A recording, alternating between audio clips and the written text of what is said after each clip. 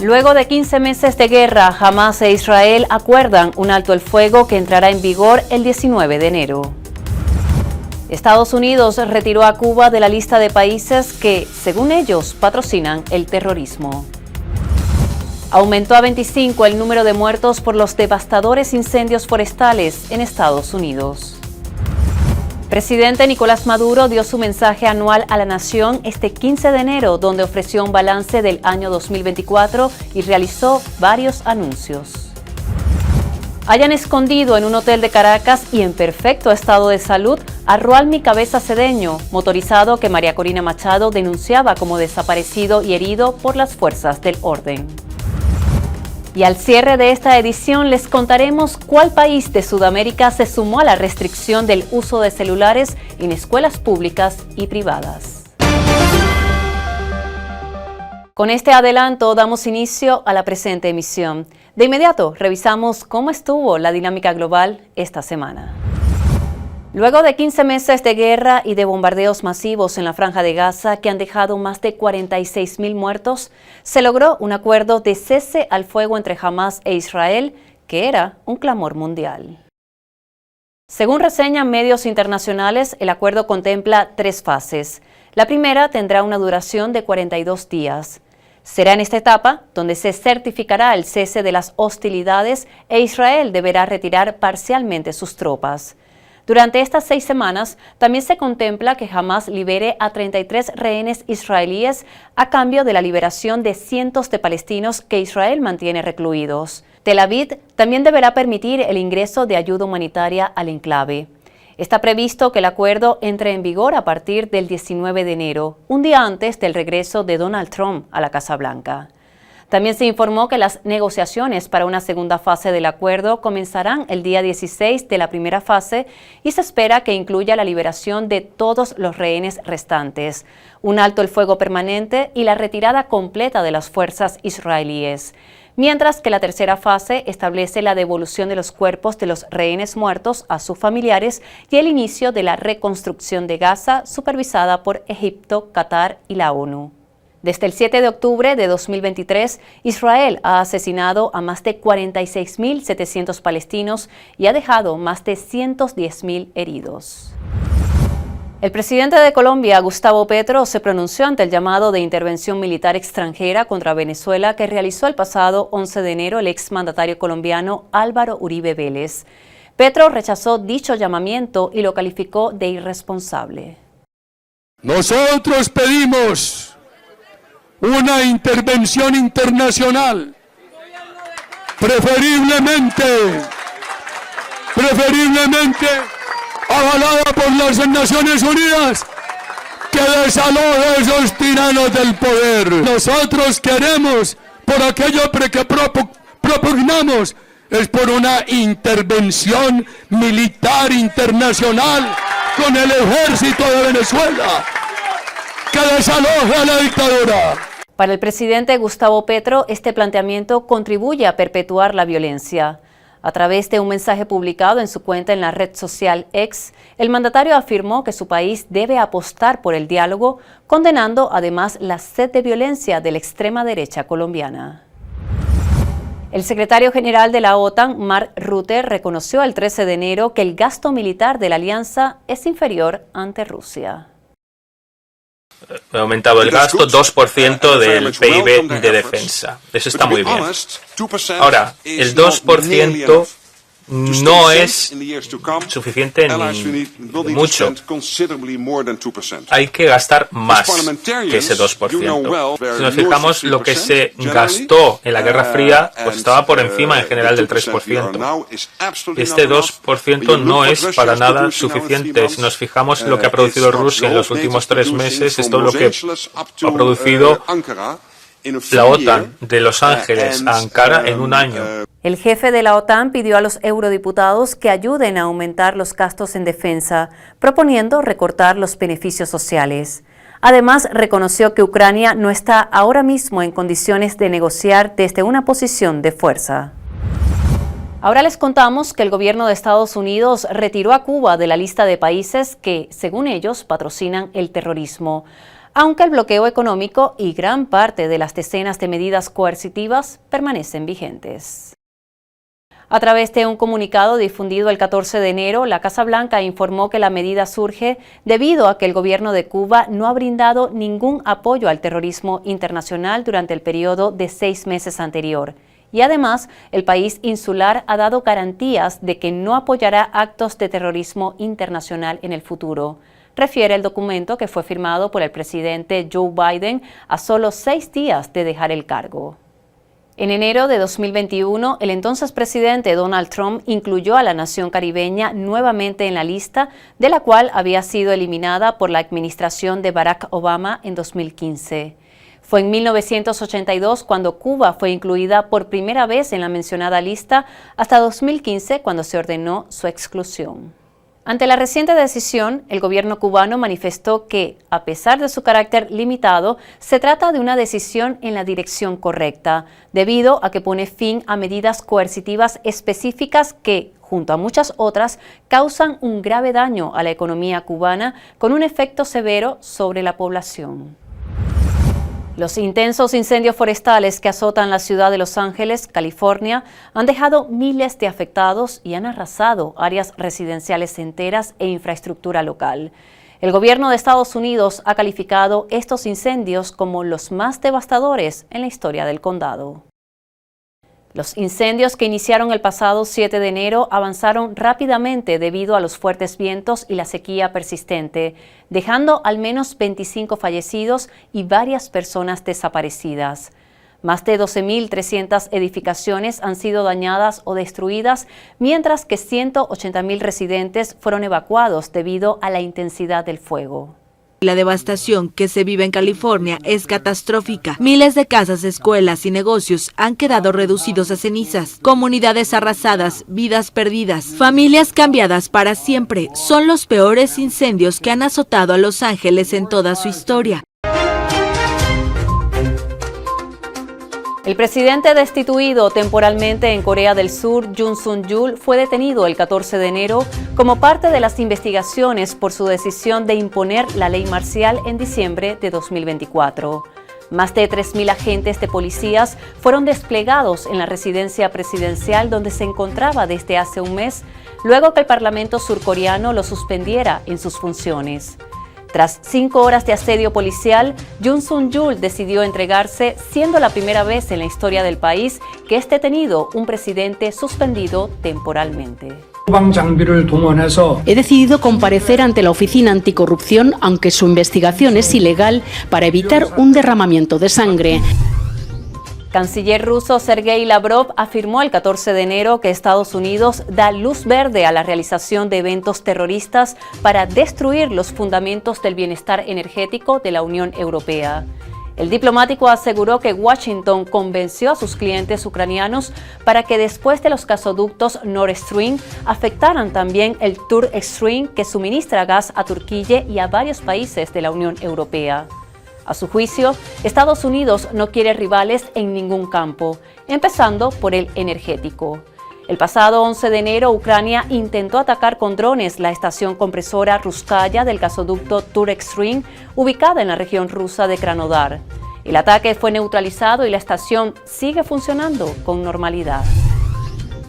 Gobierno de Javier Milei en Argentina avaló el despido de 1.400 trabajadores del Ministerio de la Salud y hospitales nacionales a quienes no les renovarán sus contratos. A través de un comunicado publicado el 15 de enero, las autoridades justificaron la decisión como parte del proceso de reestructuración del ministerio, que responde a una optimización de los recursos humanos tras detectar supuestas irregularidades en la contratación del personal durante la gestión anterior. Según indicaron, esta medida no afectará el normal desarrollo de las funciones de la cartera sanitaria. Entre enero y septiembre de 2024, más de 33.000 personas quedaron sin trabajo en Argentina. Presidenta de México, Claudia Sheinbaum, presentó un nuevo plan para el desarrollo de la economía del país que busca convertir a la nación en una de las 10 economías más grandes del mundo para el año 2030. Estas son las metas que tenemos. Como ustedes pueden ver, son metas ambiciosas. Por ejemplo, pasar de ser la economía 2 en el mundo a ser la 10ª. Elevar la proporción de inversión respecto al PIB arriba del 25%. 1.5 millones de empleos más. De 2.6 a un año, reducir los trámites para la inversión en México. Más de 3.600 réplicas fueron detectadas hasta el 14 de enero, luego que un devastador terremoto de magnitud 6.8 sacudiera el distrito de Dinri, al suroeste de China, el pasado 7 de enero. El sismo dejó 126 muertos, 188 heridos y 61.000 personas damnificadas. Además, causó la destrucción de numerosos edificios. Según reportaron agencias internacionales, el movimiento telúrico provocó el derrumbe de más de 3.600 viviendas. Luego de la juramentación para su tercer mandato, el presidente de Venezuela, Nicolás Maduro, dio su mensaje anual a la nación, donde destacó los avances económicos y sociales alcanzados en 2024 y, como es habitual, realizó varios anuncios. El 15 de enero, desde el icónico Teatro Teresa Carreño, donde sesionó la Asamblea Nacional, el mandatario venezolano aseguró que va a mejorar sustancialmente el ingreso integral de los trabajadores. Este año vamos a consolidar, a mejorar sustancialmente el ingreso integral de los trabajadores y trabajadoras, su poder adquisitivo, preservando con firmeza y grandes esfuerzos el mecanismo de indexación del ingreso integral de los trabajadores. Durante su mensaje anual, el presidente anunció la creación del Ministerio de Comercio Exterior para promover las exportaciones. El nuevo despacho estará dirigido por Coromoto Godoy. También anunció la unificación de la Gran Misión Vivienda Venezuela con la Gran Misión Barrio Nuevo, Barrio Tricolor y simplificó los motores productivos. De 18, ahora son 13. En su alocución, el presidente destacó el crecimiento de la economía nacional en 2024, afirmando que superó el 9% del PIB. Además, precisó que el sector petrolero creció 14% y que actualmente están por encima de la producción de 1 millón de barriles diarios. Asimismo, manifestó que la inflación anualizada es la más baja en los últimos 12 años, precisando que fue de 48% en 2024 y que la recaudación tributaria alcanzó los 12 millones de dólares. Durante este año 2025 se realizarán en Venezuela 10 elecciones, 6 consultas populares nacionales para escoger los proyectos de las comunidades, de la juventud y los vinculados a la cultura que serán financiados por el Estado, a las cuales se suman 3 elecciones obligatorias constitucionales para elegir a los diputados a la Asamblea Nacional, los gobernadores y consejos legislativos, así como las alcaldías y consejos municipales. 2 de febrero, primera elección nacional. Y si sumas estas 6 más las 3, da 9. Pero falta una, ¿verdad? Falta una. Y es la probable, muy probable, altamente probable consulta a través de referéndum constitucional para hacer una gran y poderosa reforma de la Constitución para ampliar la democracia, definir el perfil de la sociedad a construir y definir claramente las bases de la nueva economía. 3 elementos. Por eso he decidido firmar aquí, en este acto, la creación de la Comisión Nacional Unitaria e Incluyente para la Reforma Constitucional, y le he pedido al constituyente Tarek William Saad que sea el presidente de la Comisión Nacional por la Reforma Constitucional. ¡Cúmplase! El 13 de enero fue detenido en un hotel de la ciudad de Caracas y en perfecto estado de salud el motorizado que la dirigente opositora María Corina Machado había denunciado como desaparecido y herido por las fuerzas del orden durante las manifestaciones del pasado 9 de enero. Que el conductor de una de las motos que me acompañaba a la salida de la manifestación le habían herido en una pierna de bala cuando los efectivos de la Policía Nacional Bolivariana nos dispararon. También se lo llevaron preso. La persona que ella dijo estaba herida mortalmente, secuestrada y desaparecida, está hablando luego de que se inició una investigación instruida por el Ministerio Público, porque si se decía que él estaba desaparecido y herido, había que abrir la investigación. La investigación se abrió y la persona aparece no solo sana y salva, sino contando todo, con lujo de señales. ¿Desde cuándo estás aquí? Desde el jueves. ¿Y qué estás haciendo aquí? Estoy resguardado. ¿Resguardado de quién? ¿Quién te está persiguiendo a ti? Yo estaba con la señora María Corina en la marcha. Ella se fue con los motorizados y me dijo que me resguardara, que me pegara instrucciones y aquí estoy. ¿Y tú recibes alguna instrucción de ella o alguno de ellos? ¿Tú estás herido? ¿Alguna lesión? No. Súbete los flores, pero ¿lo quiero? ¿No? ¿Está bien? Sí. Las autoridades informaron que Rualmi Cabeza Cedeño, quien confesó que nunca hubo una detención de la dirigente opositora y que la Policía Nacional quiso resguardarla de cualquier acción extremista, será presentado ante los organismos de justicia por los delitos de asociación para delinquir y simulación de hecho punible con el objetivo de generar zozobra en el país. 6 consulados venezolanos ubicados en varios países de Europa y América Latina fueron atacados por extremistas. Así lo denunció el canciller de la Nación Bolivariana, Iván Gil. A través de sus cuentas en redes sociales, el alto funcionario mostró varias imágenes con daños a las instalaciones diplomáticas venezolanas y solicitó a las autoridades de Portugal, Alemania, España, Colombia, Costa Rica y Noruega celeridad en las investigaciones para dar con los responsables y que se garantice la integridad de dichas instalaciones. Gobierno de Venezuela anunció el 14 de enero que decidió limitar el número de diplomáticos acreditados en las embajadas de Países Bajos, Francia e Italia en Caracas por considerar que sus gobiernos tienen una conducta hostil hacia la nación bolivariana, argumentando además el apoyo de estos países a grupos extremistas y su intromisión en los asuntos internos de Venezuela. Ahora solo podrá haber 3 diplomáticos por cada embajada, quienes además deberán contar con una autorización escrita de la Cancillería para poder desplazarse más de 40 kilómetros desde la Plaza Bolívar de Caracas, garantizando el estricto cumplimiento de sus funciones.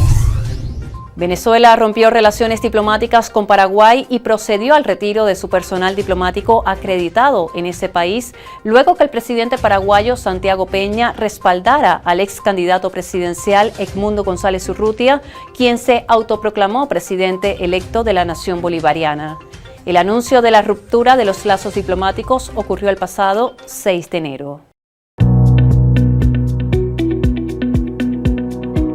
Como un momento histórico, calificó el presidente de Brasil, Luis Ignacio Lula da Silva, la aprobación de una ley que prohíbe el uso de celulares en las escuelas de educación básica, tanto públicas como privadas del país sudamericano, para evitar los riesgos asociados a su uso indiscriminado.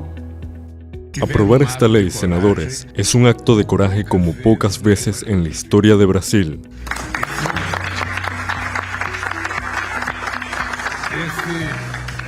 Esta sanción que voy a hacer significa un reconocimiento al trabajo de todas las personas que cuidan la educación, de todas las personas que quieren cuidar a los niños y adolescentes de este país. La ley, que fue aprobada a finales de 2024 por el Congreso Nacional, fue sancionada el 13 de enero por el mandatario brasileño, quien además manifestó que uno de los objetivos es que los niños vuelvan a interactuar entre sí, lo cual resulta sumamente importante. La medida entrará en vigor en el curso escolar 2025 y se implementará durante las clases y los recreos para proteger la salud mental, física y psicológica de los niños y adolescentes. Su uso estará limitado a fines pedagógicos o didácticos. Así, la dinámica global esta semana. Gracias por acompañarnos. Nos reencontramos el próximo viernes, 10 en punto de la noche.